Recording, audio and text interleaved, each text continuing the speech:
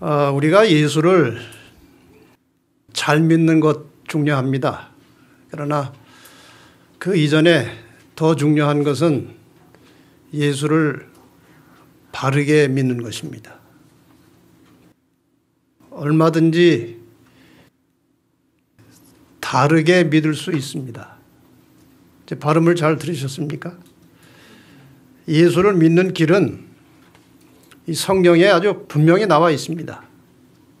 바르게 나와 있습니다. 잘못 믿으면 다르게 믿을 수도 있기 때문에 제가 지금 연속적으로 이 이단 문제 시리즈를 가지고 예수를 바르게 믿는 길을 지금 몇 시간째 여러분에게 알려드리고 있는 것입니다. 오늘 이단 문제 시리즈 6번째 시간에 기독교 안에 스며들어 있는 이 태양신교의 풍습에 대해서 말씀을 드릴 것이고, 일단 결론부터 말씀드리면 오늘날 대부분의 기독교에서 절기로 사용하고 있는 부활절과 크리스마스 그리고 일요일 예배는 100% 태양신에서 나온 것입니다. 이 문제를 오늘 여러분에게 좀 소상하게 말씀을 드리려고 합니다. 에스겔 8장 14절과 16절에 보면 에스겔이 이런 이상을 보았습니다. 그가 또 나를 데리고 여호와의 전으로 들어가는 북문에 이르시기로 보니 거기 여인들이 앉아 단무스를 위하여 애곡하더라. 여인들이 앉아서 단무스를 위해서 애곡하더라. 이 말씀을 잘 기억해 두시기 바랍니다. 설명을 나중에 드리겠습니다. 그가 또 나를 데리고 여호와의 전 안뜰에 들어가시기로 보니 여호와의 전 문 앞 현관과 제단 사이에서 약 25인이 여호와의 전을 등지고 낯을 동으로 향하여 동방 태양에 경배하더라. 여러분, 이 지금 일이 어디서 일어나고 있습니까? 여호와의 전 안에서 일어나고 있었던 일입니다. 여인들이 앉아 단무스를 위해서 애곡하더라. 이거 단무스 역시 태양신입니다. 동방 태양에 경배하더라. 이게 유대인들이 지금 성전 안에서 이런 일을 했다는 기록입니다. 이방신들 가운데서 가장 오래되고 영향력 있는 신은 역시 태양신입니다. 많은 사물이 신으로 섬겨지고 있습니다마는 그 중에서 가장 으뜸은 태양신입니다. 이스라엘이 타락하였을 때 태양신은 지금 여기 말씀해 보신 대로 성전에까지 파고 들어와서 백성들을 미혹하고 또 하나님을 이스라엘 백성과 하나님이 멀어지게 하는 장본인이 바로 태양신이었습니다. 세계 도처에 이 태양신을 상징하는 문양들이, 그림들이, 또 건축물들이, 조각상들이 만들어져 있습니다. 사탄은 사람들이 하나님을 믿지 못하도록 하기 위해서 하나님을 대신하거나 하나님을 대체하는 신으로 태양신을 만들어서 퍼뜨렸습니다. 이건 아주 오래된 역사입니다. 그래서 그 결과로 고대로부터 세계 도처에 태양신이 각각 다른 이름으로 존재합니다. 그래서 태양신 이름이 참 많습니다. 때로는 이 태양신이 남신으로, 남자신으로, 때로는 여신으로 등장해서 사람들을 미혹합니다. 태양신을 지칭하는 이름들은 하도 많아서 다 여기 명시할 수 없습니다만은 대표적으로 단무스, 또 성경에 자주 나오는 바알신, 그다음에 이집트의 오시리스, 또 마르뚝, 주피터, 미트라, 이건 페르시아하고 로마에서 주로 섬기던 태양신 이름이 미트라입니다. 오리온, 벨, 이런 이름들이 다 태양신의 이름들입니다. 이 중에서 특별히 담무스라고 하는 신은 바벨탑과 연관을 가지고 있습니다. 여러분 바벨탑 이야기를 잘 아십니다. 하나님께 대한 최초의 공개적이고 공식적인 반역은 바벨탑에서 시작되었고 그 유명한 태양신도 바벨탑과 관련이 있습니다. 여러분이 아시는 대로 바벨탑을 건축한 사람은 니무롯입니다. 이 니무롯의 아내가 세미라미스라고 하는 이름을 가졌습니다. 세미라미스. 그런데 이 세미라미스가 남편이 죽은 다음에 이런 주장을 한 것입니다. 니무롯이 죽은 다음에 남편의 영이 태양으로 들어가서 남편이 태양신이 되었다. 이렇게 주장을 합니다. 그 얼마 있다가 이 세미라미스는 사생아를 하나 낳게 됩니다. 그런데 이 사생아를 어떻게 핑계를 대는가 하면은 니무롯이 환생한 것이라고 그렇게 핑계를 대고 그 사생아의 이름을 담무스라고 이름을 지었습니다. 그런데 이게 원래 자기 남편이었으니까 남편이 환생한 것이니까 그 사생아와 다시 결혼을 합니다. 그래서 담무스가 그 세미라미스의 남편이 되는 겁니다. 그런데 불행하게 이 담무스도 40살에 멧돼지에 받쳐 죽었다고 합니다. 그래서 세미라미스는 남편 담무스를 애도하면서 아주 슬프게 울었습니다. 언제? 봄에 그렇게 울었다고 합니다. 그러면은 봄에 태양신이니까 언제 힘이 납니까? 겨우 내내 거의 죽어 있다가 봄에 힘이 납니다. 그래서 봄에 담무스가 돌아와서 풍성한 수확을 준다고 그렇게 가르쳤습니다. 여러분 이 이야기는 여러 태양신에 관련된 신화 중에 가장 유명한 신화 중에 하나입니다. 태양신의 부활을 선전하는 신화입니다. 태양신이 살아나는 그런 신화. 후에 이제 고대 바벨론이 건국한 후에 세미라미스와 담무스는 바벨론의 아주 중요한 신이 되어서 이제 숭배를 받게 되는 것입니다. 아까 성전 마당에 앉아서 여인들이 앉아서 누구를 위해서 애곡했다고 그랬어요? 담무스를 위해서 애곡했다고 그랬죠. 그가 또 나를 데리고 여호와의 전으로 들어가는 북문에 이르시기로 보니 거기 여인들이 앉아 담무스를 위하여 애곡하더라. 이 담무스는 태양신이고 남자신입니다. 물론 여신도 태양신 노릇을 하는 경우도 있지만 이 담무스는 남자신입니다.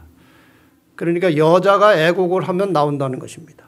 이게 다 아주 복잡한 부도덕한 이야기와 관련들을 다 가지고 있어요. 그런데 이 담무스 신이 얼마나 그 이스라엘 속에 깊이 들어가 있는지 이스라엘의 그 달력 명칭은 1월, 2월, 3월이 1월이 니산월이고 2월이 이하월이고 다 월 이름이 되어 있는데 그 봄철에 해당하는 4월의 이름이 담무스예요. 그만큼 이 태양신의 영향이 유대인들 속에 깊이 들어가 있었던 것입니다. 왜 애곡을 했는지 제가 설명을 드렸지만 봄에 강력한 태양이 떠올라서 이 만물을 소생시키고 풍성한 수확을 달라고 이방신에게 기도한 것입니다. 유대 여자들이 이런 일을 했다는 거예요.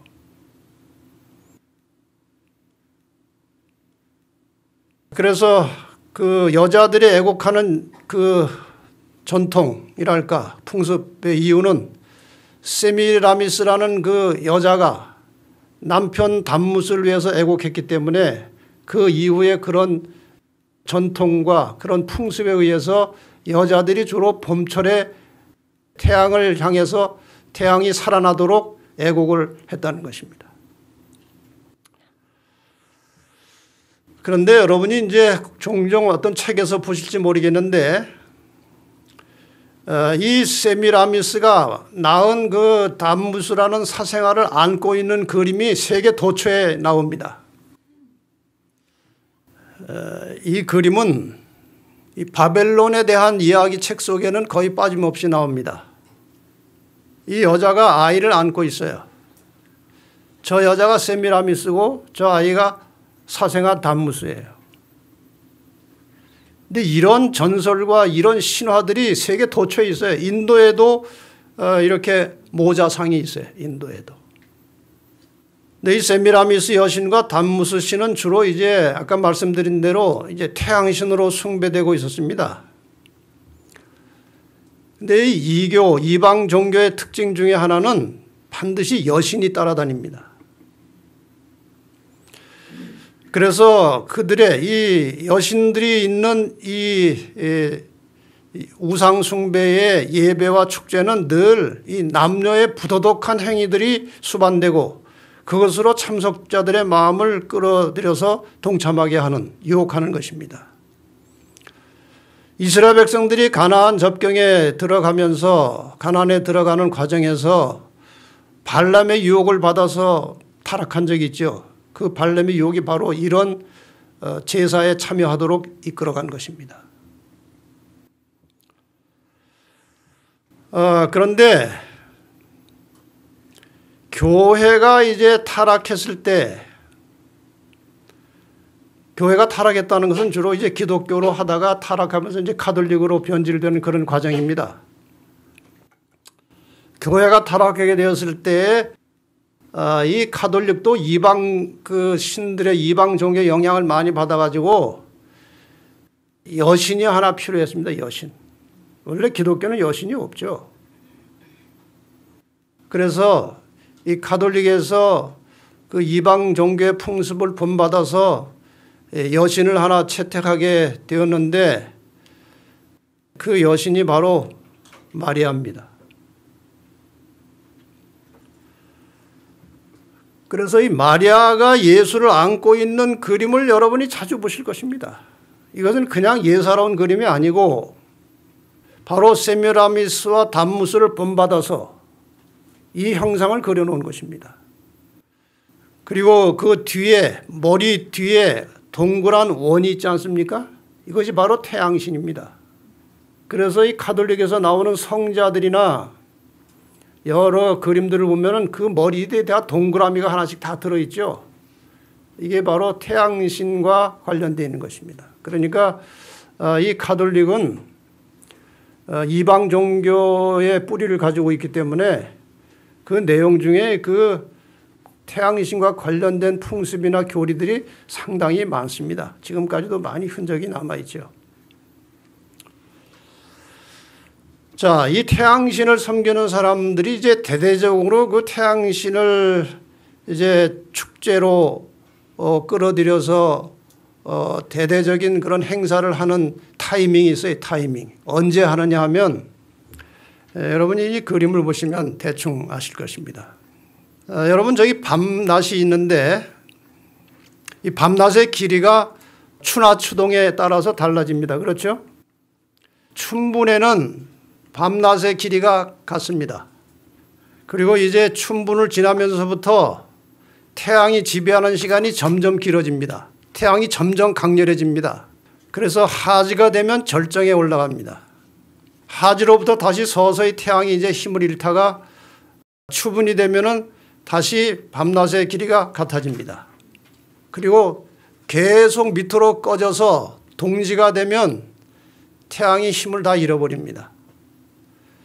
그 동지로부터 다시 태양이 이제 상승해서 춘분으로 올라가게 되죠. 여러분 저 도표를 잘 보시면 태양이 상승하는 지점이 있어요. 언제입니까? 태양이 언제 상승해요? 춘분에 상승합니다. 그리고 동지에 상승합니다. 그래서 이 태양신을 섬기는 사람들이 춘분을 태양의 부활로, 동지를 태양의 탄생으로 경축을 하게 되는 것입니다. 그래서 저 두 날이 굉장히 중요한 거예요. 자, 이 배경을 가지고 여러분이 이제 들어보시면 부활절과 크리스마스에 대해서 이해를 좀 하실 것입니다. 기독교 부활절의 유래를 좀 설명을 드리겠습니다. 그런데 이 내용들을 이제 우리가 문서나 여러저러 이런저런 정보를 가지고 이제 분석을 해보면은 굉장히 복잡합니다. 그리고 사람마다 말하고 주장하는 것이 다 조금씩 더 달라요. 또 지역마다 국가마다 또 다르고요. 그래서 제가 여러 문서와 자료들을 종합해서 이제 정리를 간단하게 했습니다.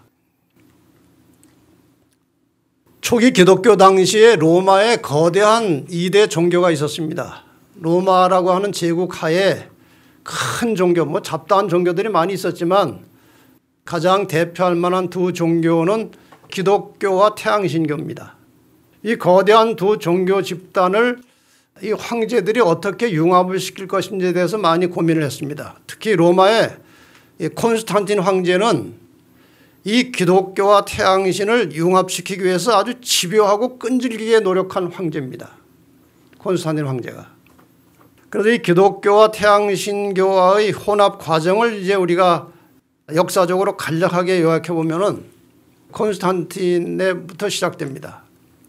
서기 300년 당시까지 기독교는 로마에 아주 극심한 박해를 받았습니다. 그런데 콘스탄틴 황제가 나오면서 313년에 밀란 칙령을 내려서 기독교의 박해를 중단하고 기독교를 공식적으로 인정해서 자유를 주었습니다. 핍박하지 않았습니다. 마음대로 믿으라고 할 뿐만 아니라 기독교를 장려했습니다. 자기가 또 기독교인이라고 공언까지 했습니다. 이 콘스탄틴이 이렇게 기독교에 대해서 유화 정책을 사용한 것은 자기가 진심으로 기독교인이 돼서 그런 것이 아니고 이 로마 제국 안의 큰 두 종교, 자기가 통치하고 있는 이 로마 제국 안의 큰 두 종교, 기독교와 미트라, 태양신 종교를 혼합시켜서 하나로 만들고자 하는 목적을 가지고 있었던 것입니다. 마침내 321년에 일요일 휴업령을 발표합니다. 그래서 기독교 예배일도 거의 일요일 예배로 정착이 되어버립니다. 이런 일들이 벌어지고 있는 것입니다. 이런 분위기 속에서 수많은 태양신교 미트라 이교도들이 황제의 권위에 의해서 기독교로 개종하고 그 결과로 이교도들의 교리와 풍습이 교회 안으로 이렇게 섞여서 밀려 들어오기 시작했습니다.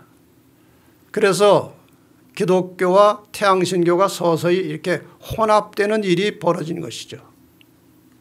여기 한 교회사 책에 보면 이렇게 그 당시 상황을 기록하고 있습니다. 이제 기독교는 단지 명목상 그리스도인을 가정한 사람들이 다수를 이루고 큰 비율을 이루고 주류를 이루게 되었다. 그러니까 기독교 사회로 이방 종교를 믿는 미스라 교도들이 들어오기 시작했는데 얼마나 많이 들어오는지 원래 기독교인들보다 이방 종교 미스라 태양신을 섬기다가 기독교로 개종해 들어온 사람들이 더 많아진 것입니다. 세력이 더 커진 것이에요. 그러니까 그들은 명목상으로는 기독교로 개종을 했지만 전에 이교도일 때와 다를 바가 없었다. 그래서 오류와 타락이 홍수처럼 교회에 밀려 들어왔습니다. 이렇게 해서 이제 기독교와 태양신교가 이렇게 섞여지는 과정에서 탄생한 교회가 가톨릭 교회입니다. 이러한 분위기에서 태양신을 섬기던 이교도들이 태양신 부활절을 자꾸 지키니까 기독교에서는 이것을 그냥 방치하지 않고 예수 부활절로 만들어서 교회에다가 적용을 하기 시작한 것입니다. 이건 원래 태양신의 그 기념 행사입니다. 부활절은. 근데 이것을 이제 교회가 그냥 그대로 받아들인 거예요. 이 흔적은 얼마든지 우리가 많이 찾아볼 수 있는데 특별히 이제 부활절이라는 이름과 날짜를 보면 확실합니다. 이 부활절의 이름은 영어로 이스터입니다. 이스터. 여기 이스트라고 하는 것은 동쪽이라는 뜻이에요. 이스터 하면은 동쪽에서 뭔가 올라온 무엇을 말하는 것입니다. 태양신을 가리키는 거예요. 북유럽의 튜튼족의 여신 이름은 에오스트레입니다. 그 에오스트레라고 하는 신은 봄의 여신 혹은 풍요의 여신을 뜻합니다.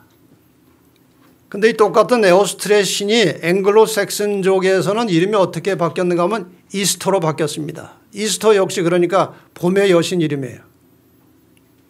사사기 2장 13절과 14절에 보면 곧 그들이 여호와를 버리고 바알과 아스타롯을 섬겼으므로 여호와께서 이스라엘에게 진노하사, 이렇게 바알은 태양신인데 거기 또 뭐까지 붙어 있는가 하면 아스타롯이라는 여신이 붙어 있습니다. 이 아스타롯이 바로 이스터 여신과 같은 것입니다. 그러니까 지금 우리가 부활절, 이 기독교에서 사용하는 부활절도 영어 이름으로는 이스터입니다. 그러니까 그냥 이방 여신 이름을 그대로 붙여서 쓰고 있는 거예요. 부활절을 만든 목적이 무엇인가? 콘스탄틴 황제가 태양신교 이교도들이 지키고 있던 부활절과 거의 같은 성격의 축제를 기독교에 유입함으로써 이교도들을 교회로 유입시키고 또 기독교인들을 이교화시켜서 상호 동화시키려는 목적으로 이렇게 만들어진 것이 부활절입니다. 날짜까지도 비슷하게 만들었습니다. 부활절을 섬기는 태양신교 교도들이 주로 이 부활절 지내는 것은 춘분전입니다. 춘분을 기준으로 됩니다. 그런데 예수 부활을 가르치는 이 기독교의 부활절도 날짜를 어떻게 정하느냐? 해마다 조금씩 다르지요. 정해진 날이 없고 해마다 다른데 대개 무엇이 기준인가? 춘분이 기준이에요. 대개 기독교인들이 부활절이 어떻게 정해지는지 모르고 그냥 그날 따라가고 있는데 기준은 이것입니다. 춘분이 지난 후 첫 번째 보름이 지나고 맞이하는 첫 번째 일요일이 부활절이에요. 좀 복잡하지만 이렇게 계산해서 해마다 부활절 날짜를 정하게 되는 것입니다. 아까 잠시 보신 대로 이 부활절은 춘분과 관계가 있고 크리스마스는 동지와 관계가 있는 것이죠. 그래서 예수 부활일까지도 춘분과 연관시켜서 태양신과 관련을 갖도록 해놓은 것입니다. 이게 다 사탄의 전략이죠. 이 부활절과 관련된 신화는 이 나라 저 나라에 많은데 상당히 인상적인 이 부활절 신화 중에 하나가 이집트에서 나온 신화입니다. 이런 신화가 전해져 내려오고 있습니다. 모든 신들을 관장하는 신들의 아버지격인 라신이 있었습니다. 라신. 여기에 이제 그 자식으로 오시리스라는 신이 있습니다. 그 다음에 그 동생 세트라는 신이 있습니다. 이게 다 신화예요. 근데 상당히 중요한 가르치는 바가 있는 것입니다. 오리시스의 아내가 이시스라는 여신입니다. 이런 관계에서 이런 이야기가 전해진다는 것이죠. 어느 날 동생, 모래 폭풍의 신이라고 불리우는 세트가 태양신 형 오리시스를 죽입니다. 그러니까 오리시스의 아내 이시스가 그 신들의 아버지격인 라신을 찾아가서 죽은 남편을 살려달라고 애원합니다. 그러니까 이 신들의 아버지격인 라신이 이시스에게 1년에 한 번 살려주겠다 하고 그 살려주는 날짜를 춘분으로 한 것입니다. 태양이 커지는, 태양새가 커지는 춘분을 그런 날로 정한 것입니다. 다 의미가 있는 것이죠. 태양은 겨울철에 힘을 잃고 봄철에 힘이 시작되기 때문에 태양과 관련된 신화들은 거의 다 이와 비슷한 것들입니다. 그런데 부활절에 주로 무엇이 등장합니까? 토끼하고 계란이 등장합니다. 부활절에 왜 토끼와 계란을 사용합니까? 사람들은 잘 모르고 그냥 합니다. 왜 토끼와 계란을 쓰는지. 겨울에 힘을 잃었던 태양이 봄철에 살아날 때 사람들은 그 해에 많은 수확과 풍요로운 결실을 원합니다. 그래서 부활절에는 당연히 태양신을 섬기는 이교도들이 부활절에 기원하는 것이 무엇이냐? 풍요와 다산을 기원합니다. 토끼와 계란은 다산의 상징입니다. 제가 이런저런 문서를 들춰보니까요. 토끼는 한 번에 5마리 내지 6마리 새끼를 낳는데 한 번에 새끼 낳고 나서 24시간이 지나면 다시 새끼를 가질 수 있다고 그래요. 1년에 대략 50 내지 60마리를 낳는다고 합니다. 그러니까 다산이에요. 계란은, 닭은요, 하루에 하나씩 납니다. 이 계란에서 닭이 나오는 거 아니에요.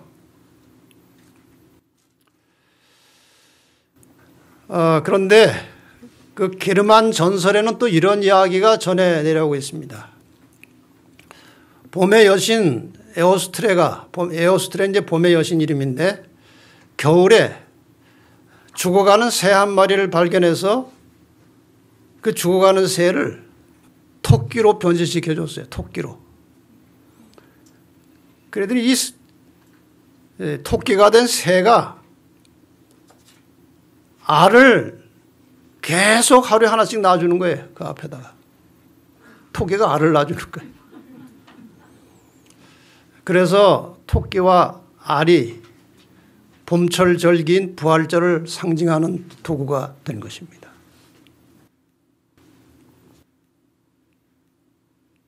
이 계란과 관련된 전설이 또 따로 또 하나 있습니다.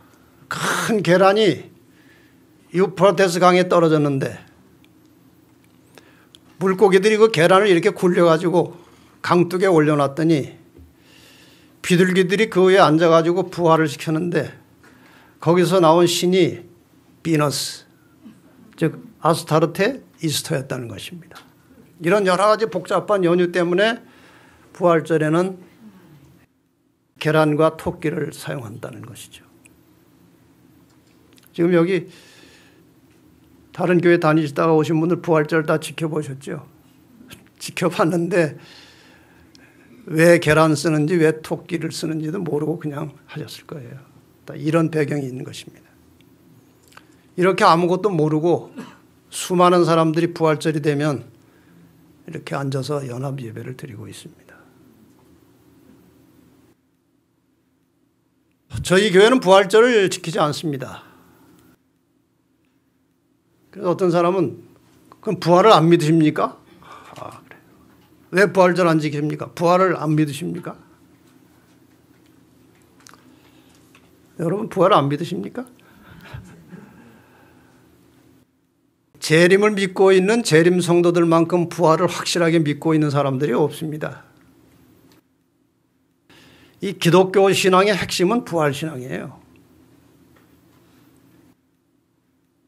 사도들이 전한 복음의 주제, 사도행전에 이 사도들이 복음 전하는 장면이 많이 나오는데 주로 그 사람들이 무엇을 증거했는가 하면 부활을 증거했습니다. 제가 사도행전의 그 낱말을 좀 찾아보니까 사도행전에 십자가라는 낱말은 2번 나와요. 부활이라고 하는 말은 10번 나와요. 그만큼 사도들의 복음 전도의 핵심은 부활이었어요. 사도행전 1장 20절에 항상 우리와 함께 다니던 사람 중에 하나를 세워, 이제 가룟 유다가 이제 죽었으니까 하나를 다시 보충을 해야 됩니다. 하나를 세워 우리로 더불어 예수의 부활하심을 증거할 사람이 되게 하여야 하리라. 여기 여러분 이 지금 새로운 제자를 하나 유입시켜서 해야 될 일을 명시하고 있는데 십자가의 도를 전할 사람이라고 되지 않고 부활을 증거할 사람을 하나 뽑아내자 그랬어요. 그렇다고 십자가를 무시하는 건 아닙니다만은 이 사도들이 지금 완전히 뒤집어져 가지고 새 사람이 되어서 아주 용감하게 나가서 복음을 전하는 것은 십자가와 죽음과 함께 부활을 목격한 것입니다. 그래서 용감해졌어요. 죽어도 살 수 있다고 하는 그런 부활의 확신과 믿음을 갖게 됐을 때 제자들은 굉장히 용감해진 것입니다. 사도행전 4장 33절에도 사도들이 큰 권능으로 주 예수의 부활을 증거하니 무리가 큰 은혜를 받았다 되어 있습니다. 부활을 증거했어요. 사도들이 주로 부활을 말하는 것입니다.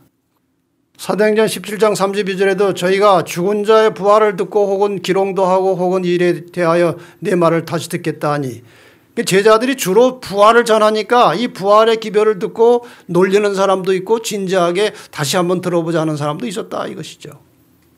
로마서 6장 5절에 만일 우리가 그의 죽으심을 본받아 연합한 자가 되었으면 또한 그의 부활을 본받아 연합한 자가 되리라고 말씀하십니다. 베드로전서 3장 21절에는 물은 예수 그리스도의 부활하심으로 말미암아 이제 너희를 구원하는 편이 곧 침례라. 이와 같이 부활은 기독교 신앙의 중추와 같은 것입니다. 그러나 이 부활에 있어서 중요한 것은 부활한 날짜나 요일이 아니고 예수께서 부활하신 사실 그 자체입니다. 그것이 우리의 믿음의 대상이 되는 것입니다. 그러므로 우리는 항상 부활의 소망을 가지고 현재 모든 고난과 시련을 참고 견디는 그런 신앙이 필요합니다. 여러분 부활절을 지키지는 않지만 늘 가슴속에 심령 속에 부활의 신앙을 간직하고 용기 있게 사시기를 바랍니다. 기독교 성탄절 역시 아까 도표에서 보신 대로 동짓날 다 죽은 태양이 다시 태어나는 그런 축제로 태양신 숭배자들이 지내던 절기입니다. 그래서 이 태양신을 섬기는 사람들의 그 태양 탄생 축제 절기를 기독교에 유폐해 놓은 것이 바로 성탄절입니다.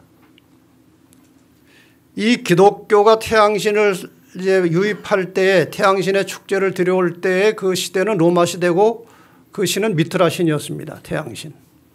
좀 거슬러 올라가면은 이집트에 오시리스라는 태양신이 있었고 또 가나안 땅에서는 이 태양신을 바알이라고 불렀습니다. 그리고 이것의 근원은 바벨론의 니무롯입니다. 물론 담무스와 관련이 있죠. 그러면 니무롯은 이것을 어디서 받았습니까? 니무롯은 태양신 사상을 어디서 배웠어요? 이게 바로 루스벨이 집어넣은 사상입니다. 그래서 니무롯의 아내 세미라미스가 자기 남편 니무롯 태양신이 12월 22일 동짓날에 죽었다가 12월 25일에 환생했다고 주장한 것이 유래가 돼가지고 12월 25일이 태양신 탄생일이 된 것입니다. 그러니까 다시 태어난 니무롯의 생일이 12월 25일이에요. 그래서 세계적으로 이 태양신에 관련된 신화에 의하면은 세계 어디서나 태양신의 생일은 다 12월 25일로 통일되어 있습니다. 이 마지막 영웅이라고 하는 책을 제가 오래전에 구입해 놨었는데 이번에 처음으로 다시 한번 들춰봤어요. 이 책의 부제가 무엇인가 하면은 처음 영웅은 니무롯이라는 것입니다. 바벨탑을 쌓은 니무롯에서 마지막 영웅은 교황이라는 거예요. 성경에는 이런 이야기들이 나오는데 또 일반 세계 역사에도 그 처음에 사람이 아주 특출난 인물로 부각이 되면은 영웅이 됩니다. 영웅. 그 영웅을 신격화하는 과정이 있어요. 그래서 니무롯이 영웅이 됐다가 나중에 신으로 바뀌는 것이고 마찬가지로 교황도 지금 온 세계 영웅이죠. 그러나 조만간 이따 보세요. 신이 됩니다. 숭배를 받으려고 신이 되는 것입니다. 자, 생일을 한번 추적해 봅시다. 바벨론 니무롯은 말씀드린 대로 BC 2000년 이전 12월 25일에 출생했다고 전해지고 이집트의 호루스 씨는 BC 3000년경에 12월 25일 출생. 이 책 127쪽에 나오는 것입니다. 인도 크리시나 씨는 BC 900년경 12월 25일 출생. 페르시아의 미트라 BC 1200년경 12월 25일 출생. 프리기아의 아티스 BC 1200년경 12월 25일 출생. 그리스의 디오니소스 BC 500년경 12월 25일 출생. 여기 모두 다 태양신과 관련된 이 신들의 생일이 언제예요? 12월 25일이에요. 이렇게 해서 12월 25일은 태양신의 탄생일로 정해졌고 태양신을 섬기는 사람들이 가장 크게 축제를 벌이는 날이 된 것입니다. 축제 방법은 좀 있는 그대로 솔직하게 표현하면 축제 방법은 진탕 만탕 먹고 노는 것입니다. 그게 이 태양신 섬기는 자들의 축제예요. 아주 즐기고 놀면서 온갖 부도덕한 범죄들을 양심의 가책 없이 축제 기간 동안에 저지릅니다. 다른 때는 좀 양심의 가책과 부담이 있었던 죄까지도 이 축제 기간 동안에는 다 해방되는 것입니다. 완전히 부도덕하고 아주 타락한 상태로 축제를 진행하는 것입니다. 로마에서는 거의 한 주간 동안 이런 축제를 벌입니다. 그런데 이런 축제일이, 이 태양 탄생일이 성탄절로 둔갑을 한 것이죠. 초기 기독교인들이 이 미스라 종교를 가진 사람들이 지키는 태양신 축제를 구경을 하게 됩니다. 참 신나요. 거대한 축제를 즐기면서 선물을 주고받고 흥겨워하는 모습을 보고 부러운 것입니다. 그 제도를 교회도 유입하고자 하는 생각을 갖게 되고 여기에 이제 콘스탄틴 황제가 영향을 미치는 것입니다. 그래서 이제 태양신 탄생을 축제할 수는 없고 예수 탄생일을 정하는 과정에서 그 당시에 태양신을 섬기는 사람들과 같은 날 축제를 해야 분위기도 그렇고 그렇지 않습니까? 다르게 하는 것보다 그때 같이 예수 탄생을 기념해서 축제하는 것이 훨씬 분위기에 맞으니까 12월 25일 태양의 생일을 그대로 도입해서 예수 탄생일로 정하게 됩니다. 예수 탄생은 12월 25일하고는 전혀 관계가 없어요. 그리고 명칭을 크리스마스라고 했습니다. 여러분, 이 크리스마스라는 것은 크라이스트 메스라는 말이에요. 이건 그대로 번역하면 그리스도 미사입니다. 미사, 제사예요. 그래서 태양신 숭배자들이 태양 탄생일에 태양신에게 제사하듯이 기독교인들도 그리스도께 제사한다는 의미로 지은 이름이 크리스마스, 크라이스트 메스입니다. 지금도 여전히 가톨릭에서는 미사를 드립니다. 제사를 드리고 있다는 것이죠. 이러한 제도가 4세기 후반에 시작돼서 5세기쯤 돼가지고는 세상의 거의 모든 그리스도인들이 12월 25일을 성탄절로 지키게 되었습니다. 근데 참 묘하게도 지금은 조금 식어졌습니다만은 굉장히 오랜 세월 동안 가장 범죄가 많은 날이 언젠가 12월 24일, 12월 25일이에요. 그게 태양신 축제에서 유래한 것이기 때문에 그런 것입니다.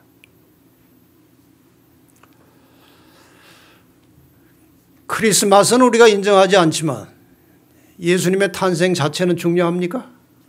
그것은 우리에게 말할 수 없는 복음이에요. 큰 복음이죠.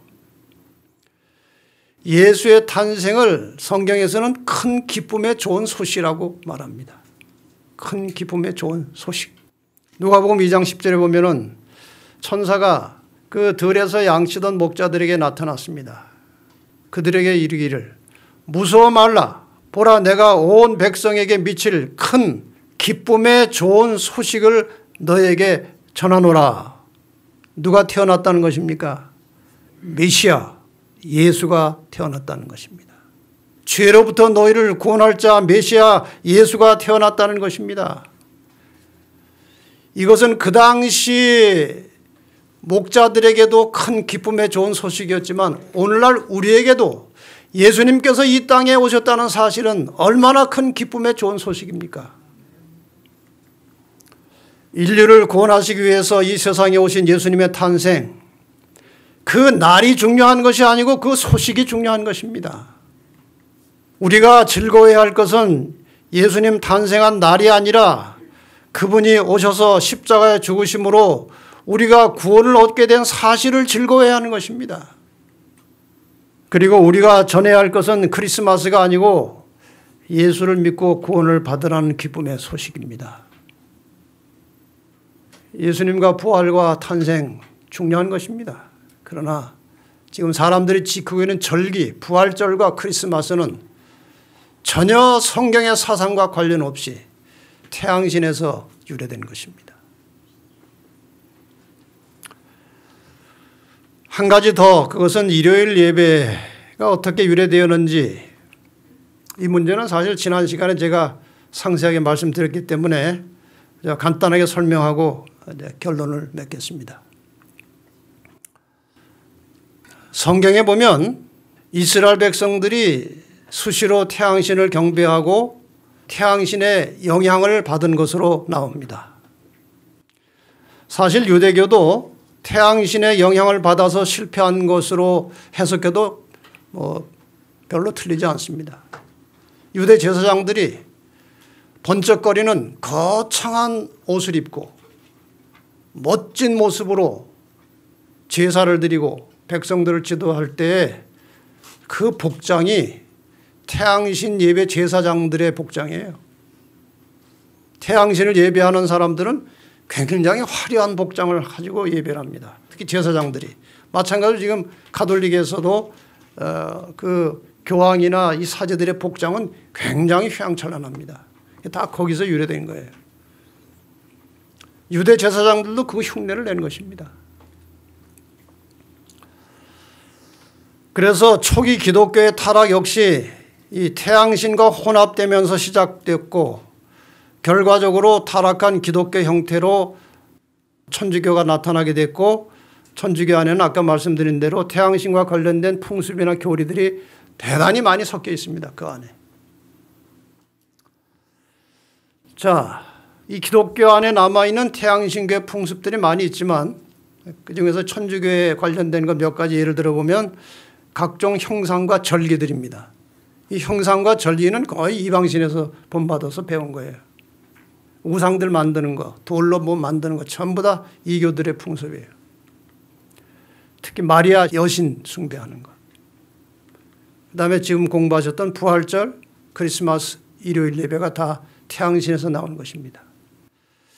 여기에서 이제 성경 중심으로 개신교회가 떨어져 나왔습니다. 더 이상 거기에 머물러 있을 수 없다. 성경대로 돌아가자 하고 나왔는데 부활절과 크리스마스와 일요일 예배는 그대로 공유하고 있는 것입니다. 개혁을 하려면 이거까지 다 개혁을 했어야 됩니다. 그대로 붙들고 있기 때문에 다시 개신교는 지금 천주교로 들어가고 있습니다. WCC를 통해서 지금 개신교는 천주교와 하나가 되어가고 있습니다. 자, 지금 이 부활절 크리스마스는 1년에 한 번이지만 일요일 예배는 매주 드립니다. 매주.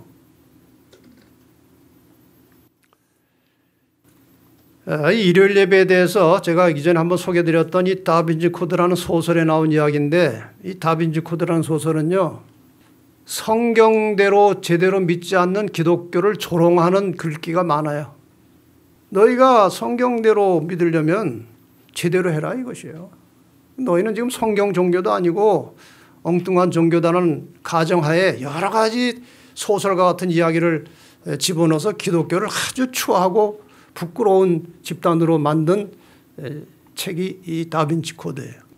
역사적 사실들이 꽤 여러 가지가 들어있습니다. 이 중에 하나가 1권 353쪽에 나오는 이 이야기입니다. 심지어 기독교의 주일이라는 것도 이교도에서 훔쳐온 것이라네. 원래 기독교는 안식일인 토요일을 기념했어요. 하지만 콘스탄티누스 대제가 그날을 이교도의 태양 숭배일과 일치시키기 위해 옮겨버린 겁니다. 아주 정확한 판단이죠. 지금까지 많은 사람들이 이교도의 태양 숭배일 즉 썬데이에 교회 출석하는 줄은 꿈에도 모르고 일요일 아침마다 예배를 드리러 가고 있죠. 이런 이야기를 하면은요, 어떤 분들은 그 개신교의 유명한 목사님들, 박사님들이 그렇게 많은데 이걸 몰라서 일요일날 예배하겠습니까? 그렇게 질문하는 사람들이 있어요. 여러분, 유대인들이요, 예수님께서 오셨을 때 메시아를 제대로 이해를 못했습니다. 아주 소수만 들에서 양치던 목자들 몇 사람, 먼 나라에 있던 동방의 박사들 몇 사람이 알아왔어요. 유대인들 전체는 집단적으로 몰랐습니다. 무지했습니다. 종교 암흑시대 동안에 카톨릭이 세상을 지배하고 성경을 덮어놓았을 때에 대부분 몰랐습니다. 진리를 모르고 있었어요. 성경에 보면은 언제나 집단은 실패합니다. 그 속에서 개인적으로 신실하게 하나님을 믿는 자들이 나타나서 하나님의 뜻을 전승해 오고 여기까지 온 것입니다. 네. 지금도 마찬가지입니다. 모르는 것입니다. 때로는 알면서도 너무나 깊어진 풍습이기 때문에 바꿀 수가 없는 것입니다. 제가 개신교 목사들에게 그런 얘기를 한두 번 듣는 게 아닙니다. 안식일이 옳습니다. 근데 지금 바꿀 수가 없습니다. 결국 올바른 신앙은요, 개인적으로 하는 수밖에 없어요. 여러분이 알아서 하셔야 돼요. 집단은 실패하는 것입니다. 여러분이 개인적으로 깊이 기도하시고 하나님의 말씀 중심의 신앙을 위해서 늘 성령의 지도를 따라서 사시도록 하나님께 간구하시기를 바랍니다. 그것이 길이에요. 결국 태양신에서 일요일 예배도 나오고 부활절도 나오고 성탄절도 나왔습니다. 이게 지금 기독교 안에 들어있는 대표적인 이교도의 풍습들입니다. 태양신교의 풍습들입니다. 하나님의 말씀에 인간의 생각을 혼합해서 하나님을 섬기는 것은 인류가 타락한 이후로 즉시 시작된 일입니다. 하나님이 믿으라고 하는 룰이 있어요. 거기에 사람의 생각을 자꾸 집어넣는 것입니다.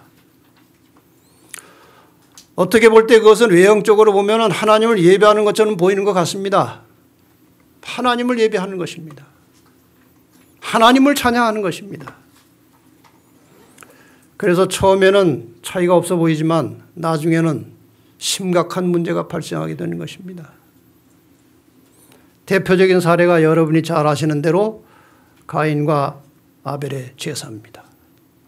이게 나중에 살인사건까지 이어집니다. 가인이 농산물로 제사 드리는 것은 악한 일이 아닙니다. 악한 일입니까? 악한 일이 아니에요. 그것은 단지 하나님의 말씀에 사람의 편리한 생각을 혼합해서 다른 신을 섬기려고 한 것이 아니고 하나님을 섬기려고 했던 것입니다. 그러나 다른 생각을 섞는 순간에 길을 벗어나게 되는 것이죠. 하나님은 그분의 말씀을 그대로 순종하기를 원하십니다. 이게 하나님의 마음이에요. 예수님께서 이렇게 말씀하셨습니다. 좁은 문으로 들어가라. 멸망으로 인도하는 문은 그 길이 넓어 그리로 들어갈 자가 많고 생명으로 인도하는 문은 좁고 길이 협착하여 찾는 이가 적음이니라. 여기 두 문이 있습니다. 멸망으로 인도하는 문이 있고 생명으로 인도하는 문이 있습니다.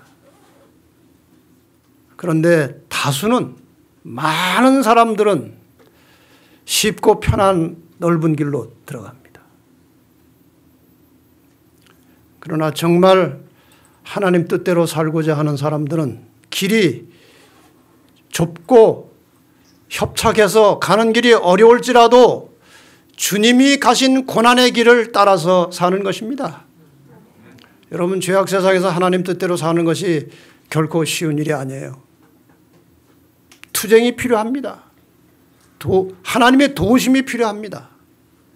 인내가 필요한 것입니다. 이것이 진정한 신앙의 길이에요. 끝으로 성경절 2개 보고 마치겠습니다. 디모데후서 4장 2절로 4절입니다. 너는 말씀을 전파하라. 때를 얻든지 못 얻든지 항상 힘쓰라. 범사에 오래 참음과 가르침으로 경책하며 경계하며 권하라. 때가 이르리니 사람이 바른 교훈을 받지 아니하며. 이게 요즘 시대입니다. 바른 교훈을 받지 아니하며. 귀가 가려워서 자기의 사역을 좇을 스승을 많이 두고 또 그 귀를 진리에서 돌이켜 허탄한 이야기를 좇으리라. 여러분, 성탄절이나 부활절이나 다 허탄한 이야기들입니다. 많은 사람들이 그 길을 따라 사는 것입니다. 이들에게 여러분 말씀을 전하시기를 바랍니다. 여러분이 아는 사람들 중에 잘 모르고 이것을 따라가는 교인들이 있으면 오늘 전해진 이 말씀을 나누어 주시기를 바랍니다. 말씀을 전파하라. 디모데전서 4장 7절 8절은 망령되고 허탄한 신화를 버리고 오직 경건에 이르기를 연습하라. 그런 신화에 묶여서 얽혀서 나타난 그런 무슨 부활절이나 크리스마스나 이런 데 관심 쓰지 말고 경건에 이르기를 연습하라는 것입니다. 육체의 연습은 약간의 유익이 있으나 경건은 범사 유익하니 금생과 내생의 약속이 있느니라. 주님의 재림을 맞이하기 위해서 살아가는 사람들 길은 명확합니다. 제가 많이 여러 번 말씀드렸던 것입니다. 복음 전도와 품성의 개발입니다. 여기 있지 않습니까? 말씀을 전파하라. 경건에 이르기를 연습하라. 이 두 가지를 여러분의 인생의 지표로 삼고 오늘도 내일도 올바른 길을 따라서 하나님을 믿으시기를 바랍니다. 하늘까지 흔들리지 말고 안전하게 도착하게 되시기를 간절히 바라면서 말씀을 마치겠습니다.